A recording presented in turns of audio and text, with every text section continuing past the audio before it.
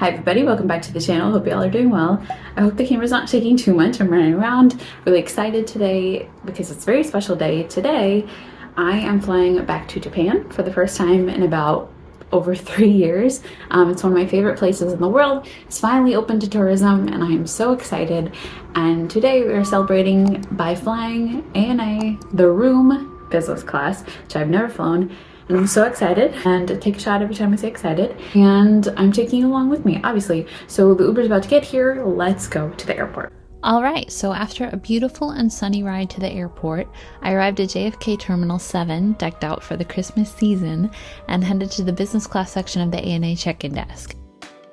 After checking that I completed the proper documentation to enter Japan, they gave me a pass to the business class lounge.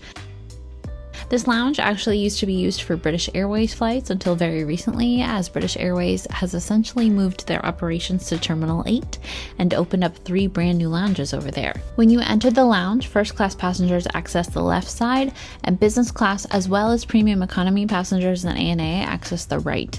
The lounge is on par with most domestic business class lounges and honestly nothing to write home about. The section near the entrance has a very small food selection, as well as a bar with alcoholic drinks, juice, and coffee available.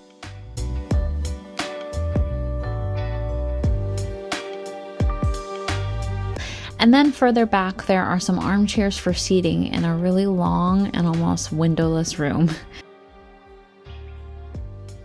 I settled in with some bacon, some eggs that were of interesting consistency, and a mini croissant, and unfortunately watched Japan lose their final game in the World Cup.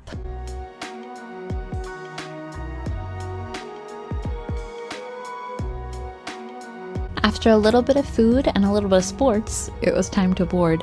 I took it as a good omen the person in front of me had a Mickey Mouse carry-on bag. We passed through the spacious first class cabin and onto the business class section.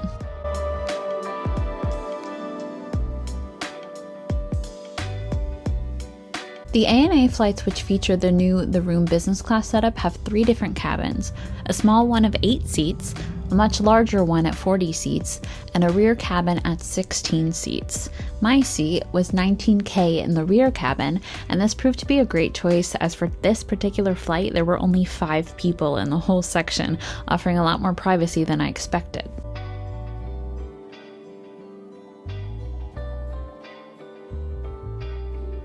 I just have to come out and say it now, this seat is amazing. From the built-in window shades to the incredibly spacious seat to the huge television, I was absolutely thrilled to settle in for a 14-hour flight.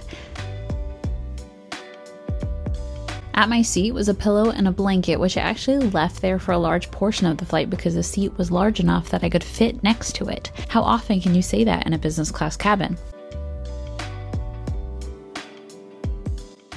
There was a small storage bin to the right of the very large in-flight entertainment screen that featured a mirror inside. Honestly, there isn't much storage space under the footwell. I put my Tumi backpack there, but was eventually asked by the flight attendant to move it to the overhead compartment. Also at the seat was an easy-to-access pull-out tray table that was adjustable if you wanted to leave your seat during use. During boarding, the video screen also played a video featuring the details of the new business class seat. Also, if you think the wing may be looking a bit weird out the window of the plane, this is because the seat actually faces backwards. I thought that may be an issue, but it was hardly noticeable during the flight. The amenity kit for ANA Business Class is provided by Globetrotter, which is actually the same brand that provided it back when I flew ANA First Class in May 2019. By the way, if you want to check that out, the experience is located on my Instagram story highlights. It was from before I had a YouTube channel. The amenity kit featured an eye mask, earplugs, a toothbrush and toothpaste, and amenities by the skincare brand Shiro, including a yuzu lip balm, which was really dry and weirdly smelled like crayons.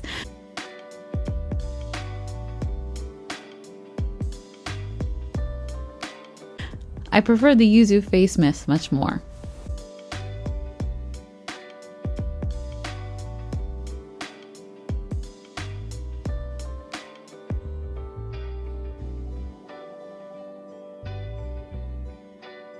I took off my sneakers and put on the provided slippers, which came with the shoe horn as well as a bag to take home the slippers if you so chose. I was offered champagne or orange juice, and of course took both to make a mimosa. Cheers! I then buckled my seatbelt, which also included a shoulder strap, and soon we headed off to Tokyo.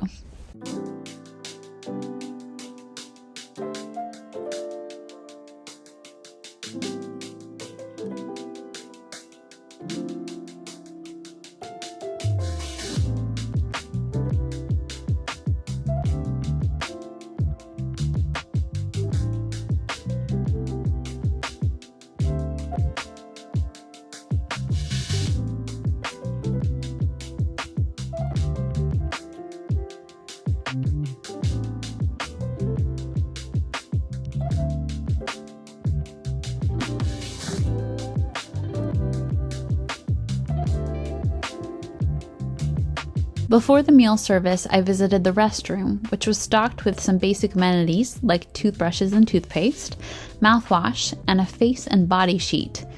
It also featured a bidet.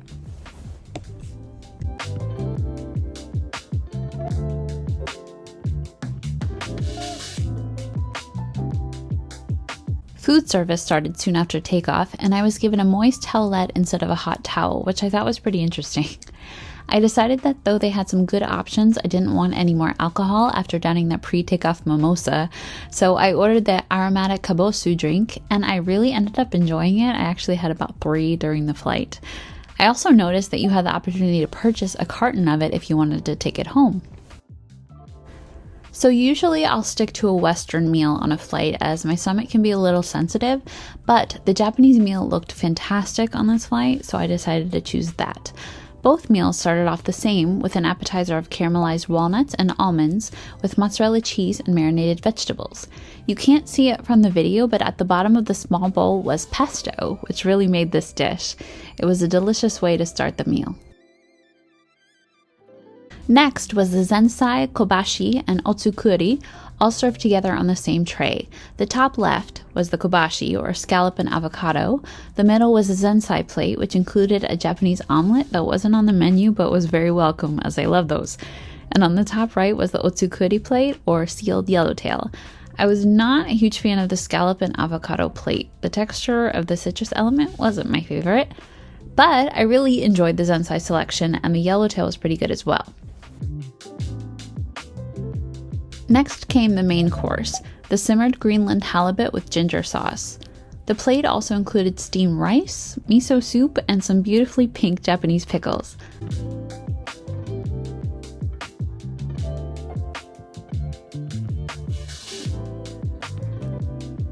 I was worried with the small bones on the halibut, but the fish was cooked so well and the meat was so tender that it easily fell off the bone. This was easily one of my favorite meals I've ever had on a plane. Everything was absolutely delicious. For dessert, I was served vanilla ice cream and ordered a matcha to accompany it. I was also given something in a small gold package, which turned out to be a chocolate. It was delicious and tasted really expensive, like something you might get at a fancy chocolate shop.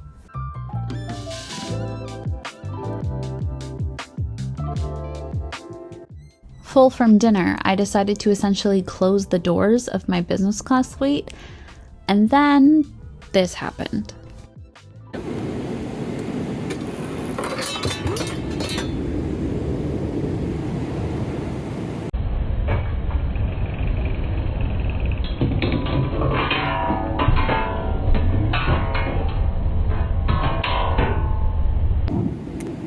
She fixed it. I was terrified I was going to be blamed for it, but the flight attendants were extremely apologetic and offered to move me to another seat while they fixed it. Luckily, it was a really quick fix and didn't happen again when I opened or closed the doors to my seat. After that debacle, I decided to check out the in-flight entertainment. I really liked that they gave you the opportunity to connect your phone to the IFE if you wanted to, but I chose to use the handheld remote to the right of the seat. The remote was not the most sensitive when scrolling through titles, but for everything else it worked just fine. This is also where the spacious seat came into play. I loved that I could sit with my legs crossed while watching a movie. It felt like I was sitting on a couch instead of an airplane seat. After a movie, I decided it was time to get a nap in. The seat controls worked seamlessly to turn the seat into a bed, and though I would have appreciated more of a mattress pad, the bedding was pretty ample. I woke up about an hour and a half later somewhere over Alaska. Though the cabin was a comfortable temperature and I appreciated the individual air nozzles over the seats, I can never sleep long on flights. I also saw that there was a wake-up mode available that would change the lighting conditions on your TV for sleep, and I thought that was a nice touch. I decided then that it was time for some more food. I turned on what I can only describe as the food spotlight on the seat panel, and I was served the Ippudo plant-based ramen from the Anytime menu. I loved this ramen. The noodles were delicious and a little chewy, and the broth was warm and hearty. I also ordered the warm barbecue chicken focaccia, as well as the ANA original curry and steamed rice. The focaccia was a real miss for me. The bread was really dry and it was just overall mediocre. The curry was just okay too.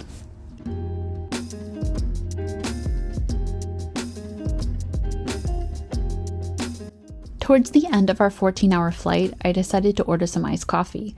The flight attendants gave me a cup of coffee and a cup filled with ice, which ended up being just great for me. I especially love the ANA logo at the bottom of the china. As we descended, I turned on the live TV option on the in-flight entertainment, which I thought was a great feature and helped me catch up on the past 14 hours. This might seem weird, but the descent was the darkest I'd ever experienced, especially into a major city. Maybe it was because my seat was faced backwards, but it looked like we had only the moon to guide us. And then we touched down at Tokyo Haneda Airport.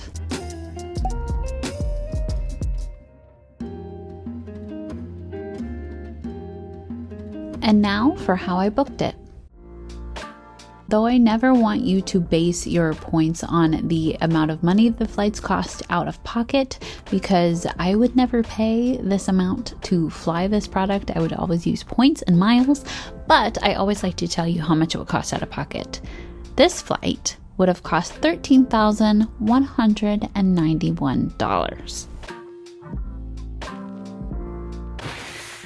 Now, before I get into the specifics of this particular flight, I should tell you that I have not one, but 2 videos on how to book business and first class travel to Japan. I will link those down below. So you may have heard me complain in my most recent video just how hard it is to find ANA first and business class availability from the US to Japan, specifically New York, where I live. Well, that's still pretty much true. But for the past few weeks or so, ANA has been participating in something called close-in availability, which basically means 2 to 3 weeks before a flight, they've been releasing a smattering of award space for flights. So usually I found the most availability from Chicago to Tokyo, but I have found some from New York to Tokyo. And so I found one that worked with my schedule from New York to Tokyo, ANA business class. From here, I just had to decide how I wanted to book the flight, and there were 2 real options to consider. One was to use 47,500 Virgin Atlantic miles and pay the taxes and fees outright, the fuel surcharges that Virgin Atlantic charges. The problem with that one is if you watch my last video, then you definitely heard me speak about how Virgin Atlantic fuel surcharges are at an all-time high right now for ANA. So that was one option, an expensive option out of pocket. The other option was to use 75,000 Aeroplan miles and about $42. Also a plus on the Aeroplan side is I could book it right on the website and did not have to call in like you have to with Virgin. So I chose Aeroplan, and I have to say that booking right on the website, paying outright, and choosing my seat right there was pretty fantastic. As a millennial, I do not like talking on the phone, so to just book it outright and have it done was wonderful. And here I am. I took the limousine bus to the Hilton Tokyo Bay, where I'll be staying the next few days.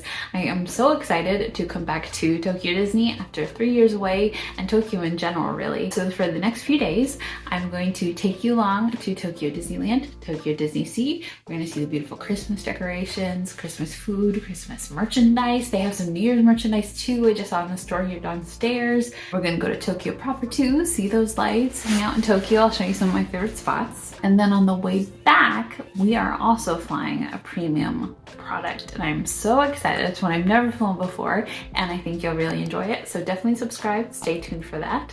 Thank you so much for watching, and I will see you next time. Bye.